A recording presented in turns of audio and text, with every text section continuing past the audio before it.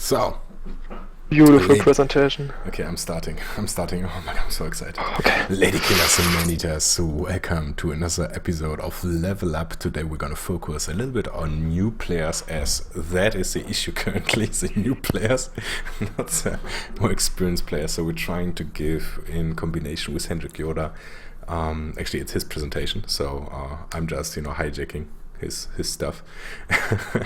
Stealing my stuff? Yeah, basically I'm stealing you. Oh, the connection. hendrikyoda, you're breaking away. I will do it alone, no problem. And we're gonna try to... This will be uploaded as a video to YouTube, so every newcomer has a little bit of a easier task to know how to start playing and how to play... Nothing happened. How to play Shards of War and hopefully improve the general skill level of everyone and everything. hendrikyoda, welcome. Yeah, thanks that I can presentate on your channel. You're welcome. So, yeah, what are you showing right now? The first one. Okay.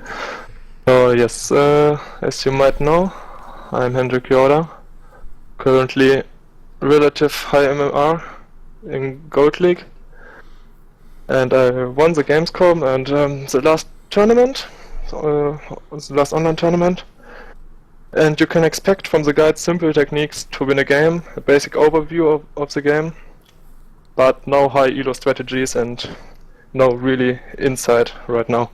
That will cover the next episodes. Awesome. Tell me when to switch to the next scene. Okay. So first you see the sentinels, your allies. You see their HP, and the little blitz icon is the ultimate indicator, and you know when it's on, you know your allies have ultimate. So basically, you can rely on that. What you see right now is Striker, for example. He is in your own team, and he has this little, like he was mentioned already, a little lightning around his face, so he know that his ultimate is up and ready, so it's not on cooldown. And this indication is really important for upcoming team fights, especially when you play Bulwark or Valkyrie. You of course want to chain certain ultimates together, and therefore this should be the first look you need to do before engaging or before deciding how deep you want to engage into a team fight. Yeah, you can click on the presentation and then you have an animation.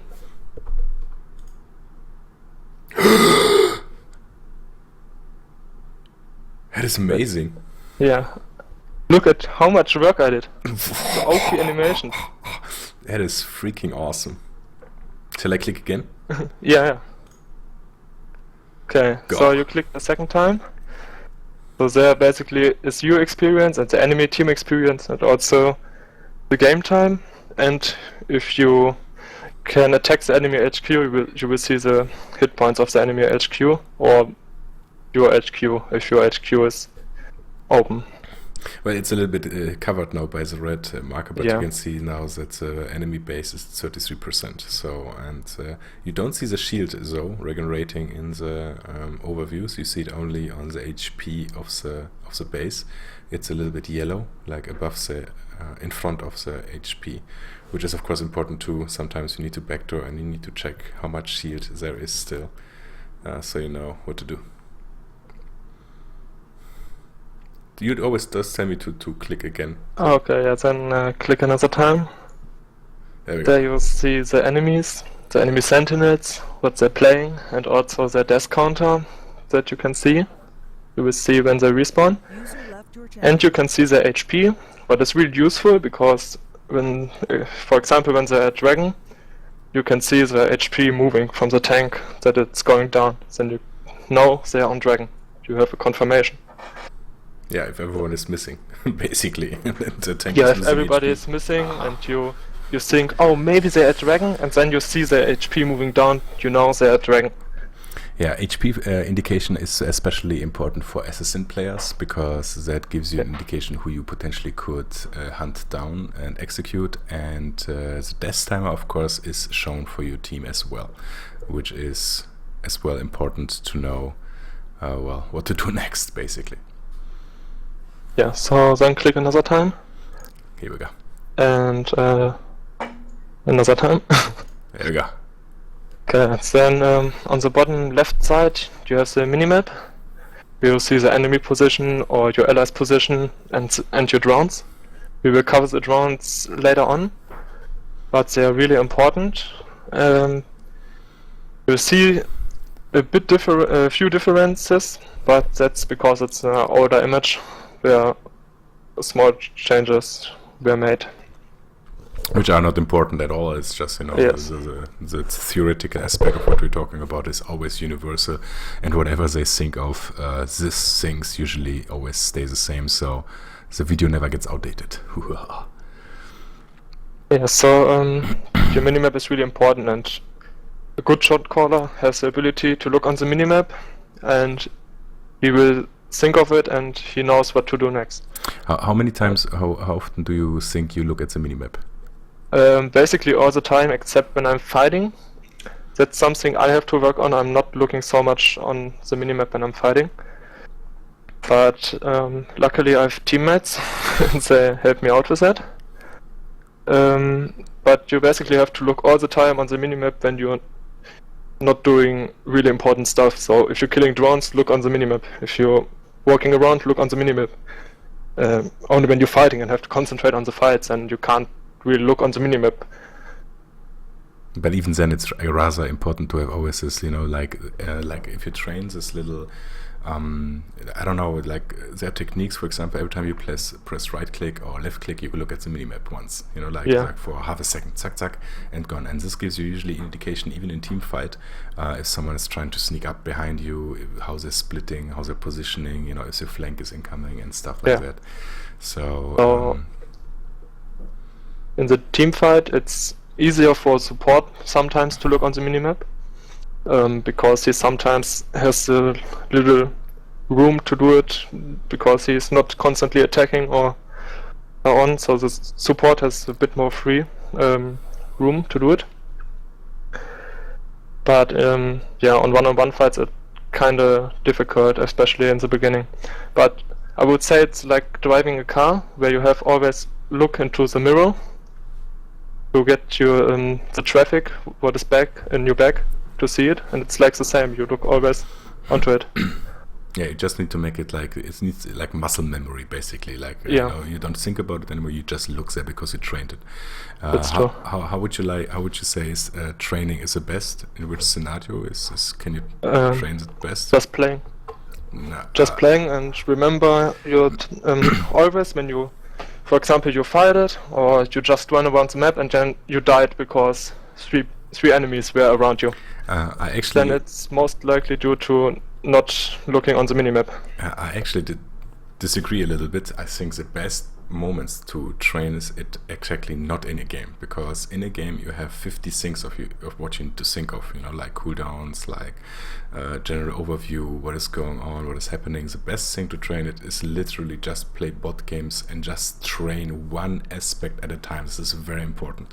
Your brain can no, this is true. Don't because this is true. Your brain can learn things one at a time. Like in a calm situation where you focus on one thing. You can't do several things at once. If you have 1, 2, 3 bot games where you just focus on improving your minimap awareness, then this is all you need to do in those bot games, and not focus on anything else. This is very important. And once you did this, then it's so much easier to bring this knowledge into normal games, because then it's automatically already, or semi-automatically.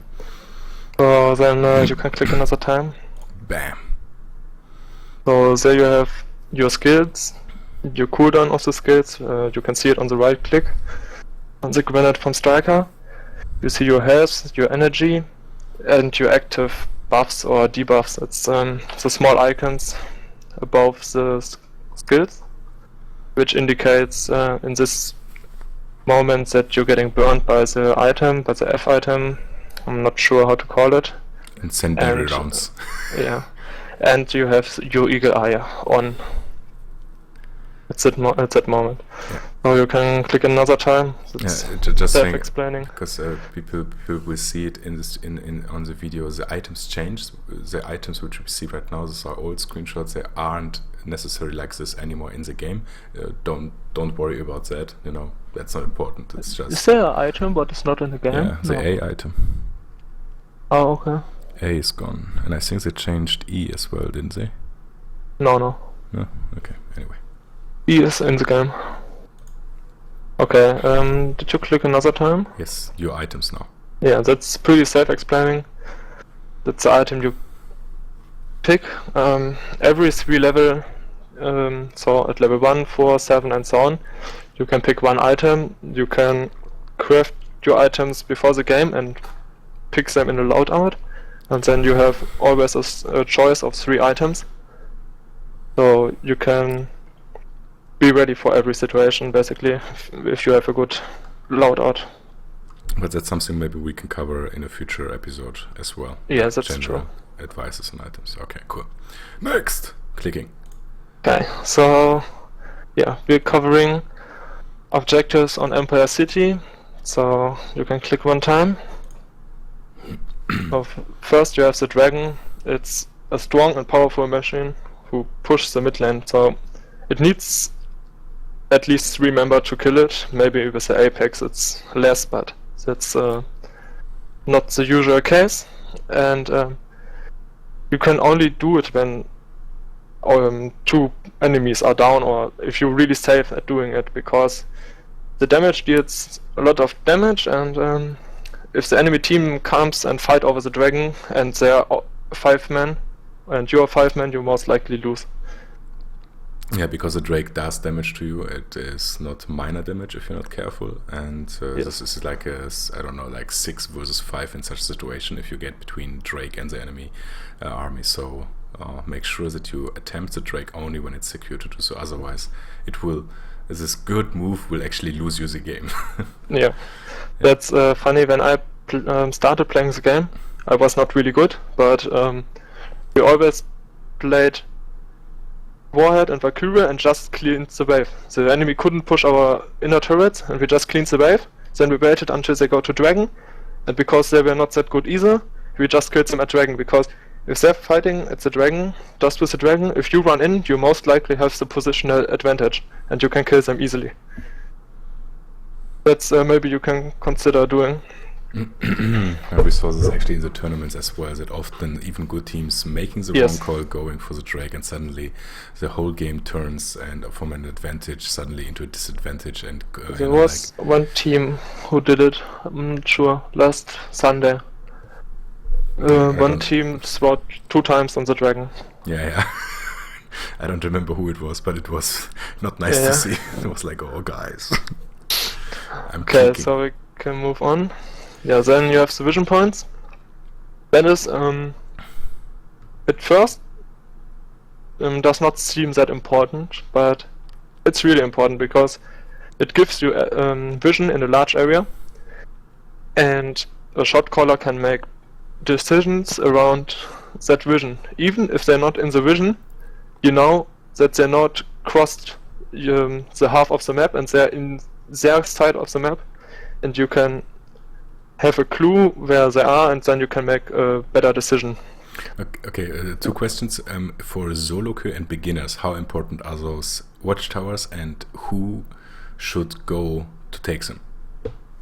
So the tank should go first, because the enemy could trap you or something, and they can't blow up the tank, but they could blow up the support, for example. And what was the other question? How important are watchtowers actually in for beginners in solo queue? It depends. If you have map vision, it's important, because, for example, the people who are on the outer lanes, top and bottom, for them having the vision is really important, because they can push out safely and they know they're not getting ganked, and they can pressure the lane really hard. Yeah. Just because they have vision. As a further hint, not only the tank can take them very securely, but also an assassin with a high mobility, Yes. as he can escape most ganks. And because people like to play assassins very much, focus on those watchtowers, because they will allow you as well invade an enemy line more successful. So keep that in mind. They are important. However, if you have the chance to take a drone very safely, don't necessarily waste too much time on taking watchtower. If you like. Yes. Yeah. And you only need 1 people to get it. If you stand in there with 2 people, you're just wasting time because it's not getting captured faster. In that time, 1 people could already move. And another thing is, if you don't have the bottom watchtower, you can't really go for your red because you either have to go the really safe way, like behind your turrets, but that's most of the times a longer way, and you waste time, and you don't see the enemy coming when they interrupt you at the red.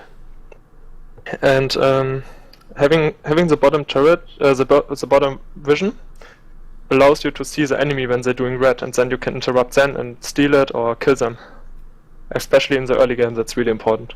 Yes, and always remember that efficiency is very, very, very, very important for Shards of War, and timings. So meaning it doesn't sound like much, but if you're constantly losing 1 or 2 seconds for making a catch, like just hendrikyoda said, 2 people are capturing the watchtower while 1 could move already, you are really getting behind. So if you're stressed and full of adrenaline and sweaty because you have the feeling oh my god, then you're playing Shards of War right.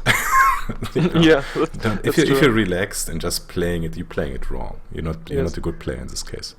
In Shards of War, you should always try to be aggressive and do the first move, because the enemy team has to react to the move, and you are always 1 step ahead of them, and you will always get some small leads that you can snowball on into big leads, and then you can win the game.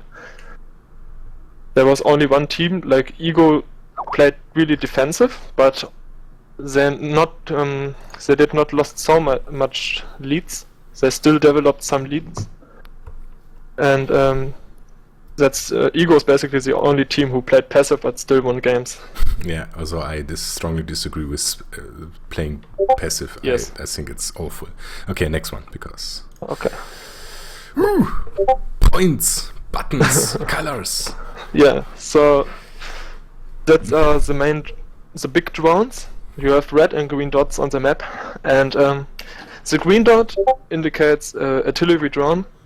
It has high damage and big range, and the range is that big that it's even out of turret range. That's really good. If you capture a green drone, push out the wave, and then you fight in mid-lane 5 versus 5, your drone will get the turret, or 50% of the turret, just alone, because it's shooting out of turret range. And the red drones are tank drones. They, like the name says, they have high hit points and a good constant damage. Even if they're pushing out the lane and you're fighting, for example, over a dragon, and you have on mid lane the red drone, it can get the turret down. Yes, so drones are a very easy way of initiating a split push, which eventually will help you. Even if you lose on one lane because you lose the team fight, you can win another lane. So that's always something you need to keep in mind. But again, timings are essential. If you run to the drone while your team gets into a full engage, that's of course not really beneficial. If you planned it a little bit ahead and managed to do it, then you're suddenly in a team fight, you lose or win the team fight, but for sure the damage will be applied on one of the side lanes. Yeah. Good. Should we continue with the next? Yes, there we go. And I click again. Yeah. So you see your spawn. This time you spawn on the right side, and that's your base. And you can click another time. So the first question you have to ask yourself: do you have somebody on the outer lanes? That's just a beginner strategy, but it's really efficient, and if you use that strategy, you already won 50% of the game in the matchmaking, in the solo queue. And by the way, this strategy was still used on one of the pro teams last tournament, which was won by them. But they do it with much more depth and much more rotations. So that is the basic of the game. If you do that, you have such an advantage over the team, over the enemy team, because they most likely don't do it because they don't know about it. Because many players of the game are new to the game. So you can click another time. I did already. Oh, okay. So, yeah, if you have people on the outer lane, you go to the mid lane. And, yeah, just click another time. If you have no people on the outer lanes, you go to one outer lane. It can be top or bottom. And it's important that you tell somebody to go to the other outer lane. So if you go top, tell somebody that he has to go bottom. We should a little bit talk, by the way, why is it so important to do this? Because, 5 versus 5. So, okay, sorry. So, yes, this way, drones can be captured very easily, and mid lane can help side lanes if necessary, and you get the maximum experience. Getting the maximum experience will get you ahead, and if you have 3 people on mid lane, they just push out, and the moment they pushed out, they have to move either top or bottom, but most likely it will be bottom, because the objectives are closer to each other. So if you, for example, the green drones, they spawn at the first minute. So you push out the second wave on mid, and immediately move bottom, and you can get your own green, and after that maybe your red. And maybe if the enemy team is late, you can also get their green, and you can steal it away. That's really huge. Okay, I just, if you allow, I will just formulate it a little bit with my words and put stress on it. In other MOBAs, you always have a certain currency which you're gaining by playing it. Usually it's gold, by last hitting or by killing or whatever you do. In Shards of War, there's only one currency, and that is experience. So this is how you need to think. So if one of those lanes is unattended by your team, all this experience is lost in this lane. Level differences in Shards of War, and I will over dramatize this a little bit, but if you're one level ahead, it's technically like you're fighting with one sentinel more. So if you have this in mind, think of those kind of things to understand why is it so important to secure those experience in early stages. Later stages, it switches a little bit around, because then of course the death timers are getting so high that winning or losing a team fight matters more in such cases. But in early game is really of collecting this currency, which is XP in MOBA. Yeah, and also it's the only currency this game has, so it's even more important. Yeah, and again, old screenshot, don't focus on that. It looks a little bit different, but the strategy is the same. Yes, it was the only high resolution map you could get from the point. No, actually, no. There's already others. Anyway, sorry. Okay, I'm clicking. You should have asked me. I would have given you. Well, yeah, that's probably that was the last. So we of course going to continue this series next week Monday, 8 o'clock again approximately. And if you are too excited and want to have already more information, feel free to visit my YouTube channel. There's quite a lot of content which is a little bit older but still is accurate, about strategies, about tips and tricks for newcomers, for advanced players. So make sure to hit those, to watch those, and I guarantee that you guys are getting better and more awesome. Good. Do you have any final words from your side? Yeah, first, again, thank you that I could join you. We will play some more games, I guess, after this. Yes. And yeah, maybe I can do some advertise. I will start streaming, but it's not like FillwithSkill. It maybe not that often, because I have other things also, much things to do, and but it's more like stream for watching, not for entertaining. What do you mean? Is my stream entertainment? Yeah, it's really focusing on the chat, and you're interacting with the viewer, and my stream will be more on focus on the gameplay. Shut up and watch. Yes. Nice. Okay, well, we'll make sure that I will host you and post you some links in my channel. So, yeah. Good. hendrikyoda, thank you very much for joining. I hope we can make out of it a series every week a little bit. Yeah. And that would be I awesome, hope so. I think. And thank you guys for watching. And peace out for this presentation. And see you soon.